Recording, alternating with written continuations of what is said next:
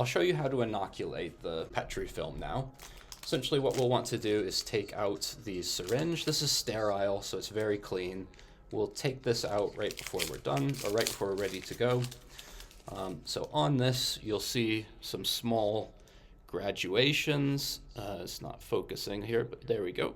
You'll see some small graduations, and what we want to do is to pull the plunger right up to where the 1 is, at the very top there. That marks 1 milliliter. So what we'll do, we'll take the lid off of the bottle here. We'll then put the syringe into the liquid sample and slowly aspirate up until you see the water itself reach that 1. You might have to pull the plunger a little bit more than the 1 to get the actual water level to reach 1 in there. If you can kind of see here, there's a little bit of a gap between the plunger and where the water level is.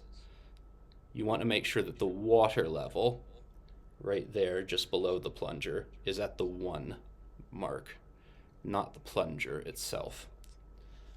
Great. Once you've done that, you can put the lid back on. You'll just lift up this small plastic layer here to expose the growth media. So what this is basically nutrients for the bacteria to grow. Bacteria only need nutrients and heat to grow, so we're providing the nutrients here and the heat from the heat pad. What you want to do is then push the water sample in the middle of that circle slowly, like such, and discharge the entire 1 milliliter of water onto the Petrifilm. You'll then slowly roll this lid closed, and you'll see the color change slightly there. Now, this is a really important part of inoculating the Petrifilm.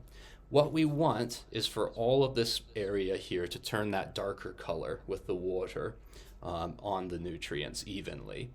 If you push hard on this, what will happen is the water will escape over this little white lip here, and you'll lose some of the sample.